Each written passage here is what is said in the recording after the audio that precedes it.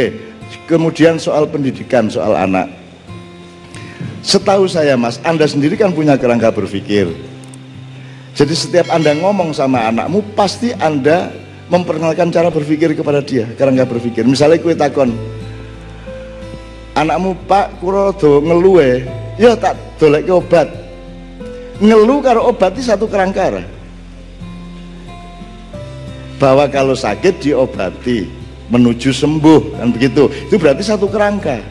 Nah, setiap jawaban atau omongan orang tua kepada anak pasti membawa kerangka berpikir. Jadi anak terbiasa oleh kerangka berpikir, itu sudah pasti. Misalnya antara hak dan tanggung jawab, ya. Anda tidak, loh, kue kok ngutake kuna ya diresiki, golek lap. Itu kan membuat dia punya kerangka bahwa kalau orang melakukan sesuatu dia harus bertanggung jawab. Itu sebuah kerangka, satu ya. Itu jadi ojo njur kue ngandani anakmu secara kognitif, nak. Setiap orang tuh harus punya kerangka berpikir, ya bingung deh. Tapi langsung praktek, ya.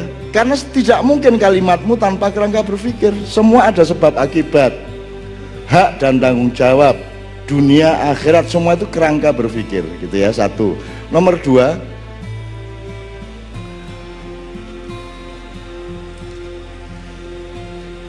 sebenarnya pendidikan di rumah itu tidak soal sekolah atau tidak sekolah. Meskipun saya menyekolahkan anak saya dan saya tidak mau tidak menyekolahkan anak saya.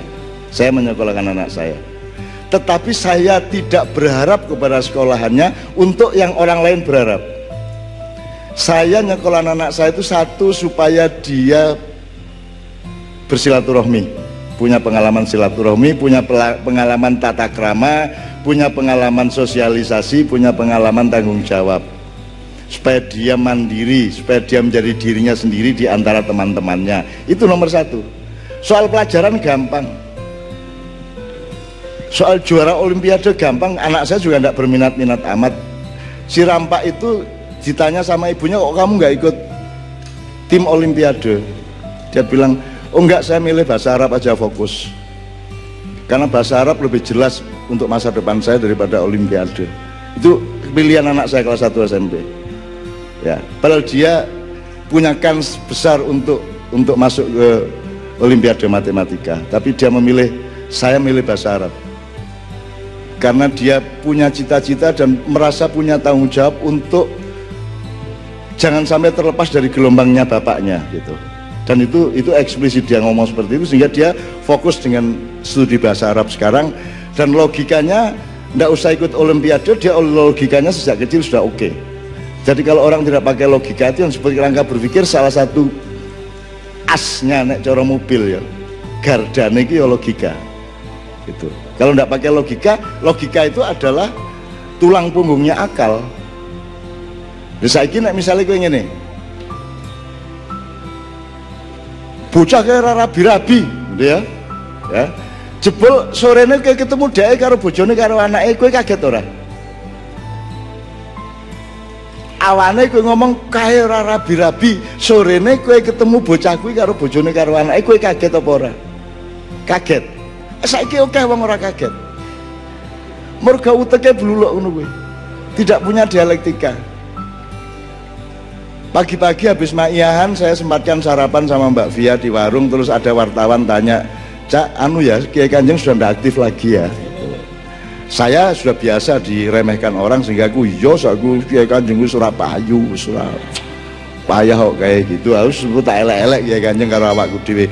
Tapi Mbak Via yang tidak tahan, iya Mas, sekarang itu paling sebulan tuh antara 15 sampai 20 kali pentas.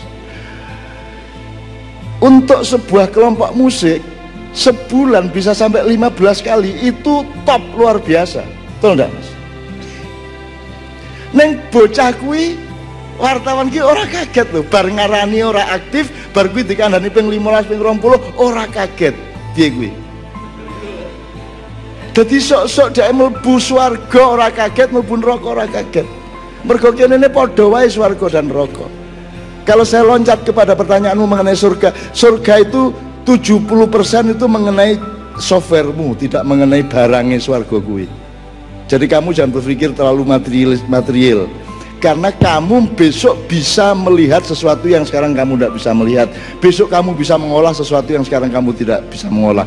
Sekarang kamu berpikir bahwa kerikil itu ya mengkerikil. Besok-besok kamu tahu bahwa kerikil itu sebenarnya memiliki fungsi yang luar biasa.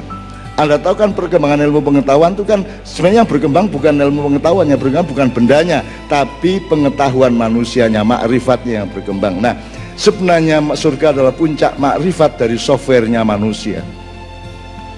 Dan itu tidak bisa dialami oleh orang yang tidak berkembang softwarenya. Wis saiki kowe nang Mesir nggawa cengkeh. Ya ora tersentuh to. Ora tersentuh to. Kowe nggawa emas setengah kilo nang kandang wedhus. Wedhuse noleh ora? Nah saiki akeh ngono kuwi. Wedhus-wedhus ngono kuwi akeh banget. Tidak kagum kepada sesuatu yang dia seharusnya kagum. Maka tugas manusia dalam Islam menurut saya adalah meningkatkan rohaninya terus menerus. Rohani itu tidak hanya uluhiyahnya di dalam hati, rohani itu adalah kejernihan berpikirnya, ketajaman otaknya, ketajaman hatinya. Teman-teman sekalian, saya tidak sekolah secara modern maupun secara tradisional. Saya tidak pernah nyantri seperti Pak Muzamil, saya tidak pernah kuliah seperti Cak Nur Kholis Majid atau siapapun sarjana-sarjana modern. Tapi mungkin saya agak sedikit lebih rajin di dalam mencari ilmu dan belajar. Mungkin saya agak susah ditandingi soal ketekunan. Jadi aku ke Bali saka kene iki aku ngetik, so lali kowe. Jam piro wae jemakian jam 4 tekan ngomah aku ngetik. Itu tidak harus di Jogja, mbok ning Surabaya, ning Jakarta, Bali aku tetap ngetik. Jadi gue bingung kapan le nulis. Lo aku ngetik terus. Ono sing tulisan tak tik pas acara ngene iki ya ono, tek ngene ono. Saya bikin naskah raya film itu saya bikinnya di pesawat. Ning pesawat nganggo BlackBerry zaman semono. Makassar Surabaya kan 2 jam. Itu saya pakai untuk nulis skenario raya. Begitu turun ada sinyal tak email. Pokoknya kapan wae, ora peduli sepi, ora peduli sunyi, ora peduli rame, ning tengah pasar ora masalah. Kita harus bisa menciptakan diri kita sendiri di tengah apapun saja. Jadilah dirimu sendiri dalam keadaan apapun saja. Ayatnya Pak Muzamil, orang-orang yang mengingatku atau mengingat Allah ketika duduk, berdiri maupun berbaring.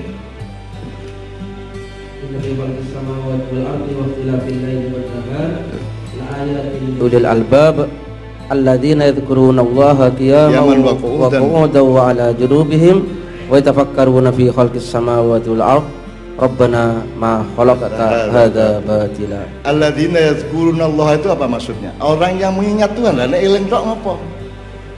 Orang yang meletakkan dan menemukan Tuhan yang sunyi itu, yang hanya bisa engkau temukan dalam sunyi itu. Ketika kamu berdiri mau di pasar, ketika engkau duduk mau di jalan, ketika engkau berbaring mau di rumah, dimanapun saja, dalam semua keadaan tiga toh, orang itu kalau nggak berdiri, duduk, berbaring, tidak tergantung tempat dan waktunya, kapan saja yadhkurunallaha, kapan saja online sama Allah. Jadi kamu tidak terganggu. Sing jenenge Jawa jenenge topo ngerame, dan uang Jawa wis nemokke topo ngerame. Nek seniman modern lak kudu golek tempat sepi gitu, menyepi untuk cari inspirasi. Nek seniman Jawa asli yo topong rame ora masalah, mbok kue rame kaya ngopo aku tetap ngetik. Zaman dulu saya ngetik di pangkuan saya, zaman aku nulis buku nganti 80 iki kabeh mesin tik lho ya, burung komputer lho ya. Gue tak pangku mesake soalnya nek nang meja kan ceklak mesake kiwa tengenku do tangi bocah-bocah, akhirnya tak pangku ben klik ngono kuwi. Itu pun dengan menemui tamu ndak ada masalah. Pokoknya aku tak terjang kabeh. Pokoknya kudu apik, kudu nyambut gawe, kudu tekun, kudu sregep terus. Karena malas itu dosa. Pendapatku loh, itu pendapat Islam ya. Tapi mungkin saya bisa mempertahankan secara usul fikih, malas itu berarti menghardik waktu, ya. Ada anak Adam yang menghardik waktu ya Muzamil ya. Menghardik waktu artinya kamu menyia-nyiakan waktu. Dan saya tidak pernah menyia-nyiakan waktu. Tanya sama Kiai Kanjeng sama Progres, pernahkah Kiai Kanjeng terlambat? Pernahkah saya terlambat? Pernahkah kita tidak on time? di luar negeri, dimanapun, di Mesir itu kita lebih on time dari panitia. Di mana-mana. Bukan soal hebat atau soal ria. Ini soal ngandani kowe tekun oleh kowe le. Tekun terus. Dan alhamdulillah Mas, kembali ke pendidikan. Anak saya tidak pernah saya suruh tekun, tidak pernah secara kognitif suruh tekun, tapi anakku tekun kabeh. Anak saya bisa kerja berjam-jam di kamarnya, berjam-jam, ngerti-ngerti pinter bahasa Inggris, ngerti-ngerti pinter bahasa Korea, ngerti-ngerti saiki Jerman. Tekun, ora tak ajari dan nek diganggu nesu. Lagi ngapain Kak? Udah dong, nggak usah ikut-ikut. Nah, udah gitu. Jadi nomor satu dalam pendidikan Mas, nomor satu adalah hatimu bagaimana terhadap anakmu. Lekuen dia niat piye nang anakmu. Itu akan tercermin ke setiap perilakumu dan akan menjadi hawa, menjadi energi, menjadi gelombang yang mempengaruhi anakmu. Engko anakmu dadi kaya sing kok batin kuwi. Salah satu pembagiannya adalah, salah satu teknologinya adalah pendidikan kognitif, tapi tidak utama. Yang utama hatimu piye nang anakmu, insya Allah. Sabrang itu ketika kecil tidak bersama saya, sehingga tidak seperti yang saya bayangkan. Karena selama dia SD, SMP dia tidak bersama saya, tapi anak yang sekarang bersama saya di rumah. Sehingga hatiku bentino menyerbu dia. Gitu. Iroda, yang nama amruhu idza arada syai'an, gitu ya Mas ya. Insya Allah hatimu sing tenanan nang anakmu, ojo khawatir soal liyane. Wis tongku dadi kaya sing kok karepke insyaallah. Karena Allah yang mendidik, jangan khawatir. Allamal insana malam ya alam, jangan dipikir kita yang didik anak kita, Allah yang didik kita. Allah ngirim malaikat, Allah ngekai guru dewe. Jadi anakku aku bingung kuwi sapa to gurune. Aku nek dinasehati anakku kayaknya aku kerengan karo ibune kan aku ditimbali karo anakku. Timbali, sini. Oh ya Kak, mlebu. Gini loh, ibu itu wanita. Wanita itu beda sama laki-laki. Ayah itu tidak salah tapi salah. Wah pokoknya dia nasihati aku kayak psikolog senior kayak. Jadi akhirnya aku ngalah sembarang wis tanggep ora ono wis. Semua masalah sanggar mergo aku seneng anakku wis dewasa kaya ngono kuwi, mongko isi SMP waktu kuwi. Wah cah SMP kok nyeramai aku kaya ngono kuwi. Itu semua bukan karena saya mendidik dia Mas. Jangan lupa Allah yang mendidik dia. Allah sendiri mengatakan allamal insana malam ya'lam. Ojo ora dipercaya. Saiki kowe nesu karo kancamu, sapa gurumu? Allah. Wah bagusi lho. Ya ora no. Ya ora no. Lah sing ngetokke kowe saka wetenge ibumu sapa? Apa ibumu sing ngongkon kowe metu? Apa kowe dhewe sing metu? Nek kowe dhewe sing metu, kowe duwe kesadaran untuk metu apa? Siapa yang mendorong anakmu? Ada inisiatornya, ada pemalekasannya, ada IO-nya Dan IO-nya itu Allah dan para malaikatnya. Anda harus percaya itu. Wis to, uripmu Indonesia arep kaya ngopo wae anggar kowe urip bersama Allah dan malaikatnya dan Rasulullah, uripmu beres, terjang semuanya. Kalau Anda tanya Ma'iyah, caranya bikin Ma'iyah sekali Mas. Anda baca hari ini tetes Ma'iyah nomor 8. Ma'iyah bukan prestasi. Kamu pikir saya bisa bikin Ma'iyah apa? Lukisan saya. Entok kok gue bayangke ning angger aja dianggap kuwi. Bayanganmu sama aslinya kan kuwi meng ayang-ayang kok. Atau anu bedane ayang-ayang karo wonge gitu. Atau antara gambaranmu dengan Allah kan beda. Nah orang kan didik mengharapkan. Nah aku tak paham insyaallah kowe rama ya muga angger niatmu bener lho ya ojo nyur Allah iki ora usah ngono kuwi kowe nek ngono tak duduk kowe dudu Allah. Misalnya Kanjeng Nabi soal etika, Rasulullah mengatakan ojo gambar aku. Nah itu soal etika saja ya, jangan digambar. Kenapa Rasulullah melarang dirinya digambar? Karena Rasulullah memperingatkan kita, gambar kuwi nek diteruske engko dadi lukisan, nek diteruske dadi foto, nek diteruske dadi video. Nggih mboten? Saiki sak dunya rusak mergo video. Ya ora? Wis, nek wis wartawan nggo video sing digoleki apa? Barang apik apa barang elek? Mesti barang elek. Kowe pengajian Ma'iyah beribu-ribu kali di seluruh Indonesia, pernah keluar di TV? Kalau TV Jogja, di TV itu bukan keluar di TV, mereka bukan mengcover, mereka itu minta supaya rekamannya ditayangkan.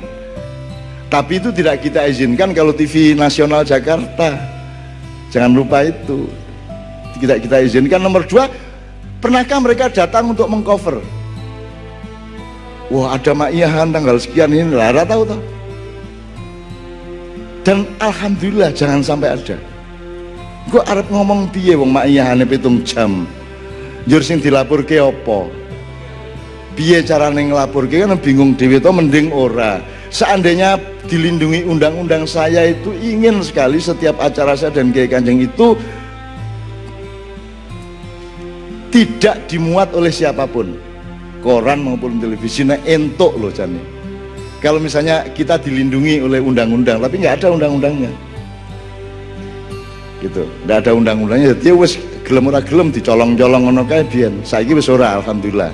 Wis kesel. Iki ora kesel-kesel ya. Wong siji iki ya, ke tahun 70-an terus kaya ngono kuwi, ora tahu berubah, ora golek apa-apa, ora pengen dadi apa-apa, terus berjam-jam ngladeni wong, ngaplok cak raine wong, ngetak ndase wong, ngidoni kupluke wong, kadang-kadang idoni, tak idoni. Wis bingung aku, nek ngidoni iki sing paling bingung akhirnya tak lebokke ngono wae wis. Gitu. Mas sekalian, ini saya ngomong ini supaya Anda bahagia dengan yang Anda pilih. Jangan khawatir. Anda tidak terikat oleh apapun kecuali Allah dan Rasulullah SAW. Dan para malaikat mengiringimu di depan dan di belakangmu. Ya Pak Muzamil ya, di depan dan di belakangmu. Bahkan sebenarnya lebih banyak dari itu. Depan belakang itu kan tidak harus satu, Pak. Yang Muzamil ya, tidak harus satu. Nek aku ngarep ning kene iki ngarepku apa mburiku? Nek ning kene anak iki 10 entuk ora? Entuk mburiku yang ngono. Pokoke anggere ning kene mburiku kabeh lah, nek 20 entuk to. Nah, kenapa tidak? Karena malaikat jumlahnya bisa bagaimana saja dan bisa berganti. Malaikat ono sing setetes embun sezarah debu, ono sing gedene iso nggendong alam semesta, ono sing iso ngerangkul galaksi-galaksi, terserah Allah. Karena malaikat bukan makhluk materi seperti kita semua, dengan disiplin material seperti kita, gitu ya. Ada yang tidak terjawab? Belum. Wes ki mau sing mengingatkan orang ngeyel-ngeyel, padha ae karo nasibku nang Indonesia. Jihad sama syahid. Anu dulu, lugawiyah dulu Pak Muzamil. Kalau dalam Al-Quran lebih banyak bi amwalihim wa anfusihim.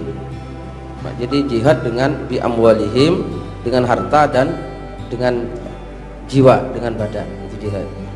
Kemudian kalau melakukan upaya yang berat, memeras pikiran untuk menemukan hal yang benar, itu ijtihad, masih dari satu kata, sama-sama beratnya. Kemudian bagaimana bisa menahan hawa nafsu supaya tidak melakukan hal-hal yang negatif, itu namanya mujahadah. Jadi satu kata.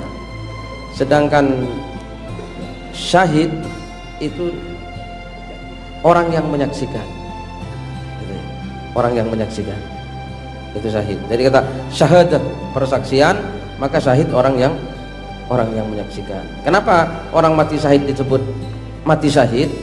Karena dia menyaksikan apa yang tidak disaksikan oleh orang kebanyakan. Jadi pada saat orang meninggal dunia, gitu ya, wa antum falaula idza balaghatil hulqum wa antum hina idzin tanzurun. Maka ketika nyawa itu sudah sampai tenggorokan, pada saat itu orang itu menyaksikan sesuatu yang tidak disaksikan oleh orang yang ada di sekelilingnya. Nah, orang syahid itu menyaksikan itu, menyaksikan para malaikat, menyaksikan Rasulullah, menyaksikan surga, menyaksikan keindahan-keindahan di sana. Itu orang syahid. Sehingga aslinya tidak ada yang tahu orang syahid itu, gitu aslinya. Tidak bisa, oh ini syahid, tidak bisa. Gak ada yang tahu, wong dia saja yang tahu kok, begitu. Oke, jadi syahid ini jangan dipastikan dan bukan pengetahuan manusia. Karena syahid ini spekulatif sebenarnya, atau mudah-mudahan. Jadi kita selalu bilang mudah-mudahan beliau mati syahid. Maksudnya ini multi interpretable. Syahid itu bisa menyaksikan yang pasti adalah yang tidak disaksikan oleh orang lainnya, ya toh. Tetapi semua orang meskipun tidak syahid juga menyaksikan yang tidak disaksikan oleh. Maka syahid pasti ada fokusnya, yaitu misalnya syahid adalah orang yang menyaksikan puncak kebesaran Allah, puncak keindahan Allah, puncak keindahan kehidupan atau apapun kira-kira seperti itu, maka disebut syahid, orang yang menyaksikan. Itu ya teman sekalian.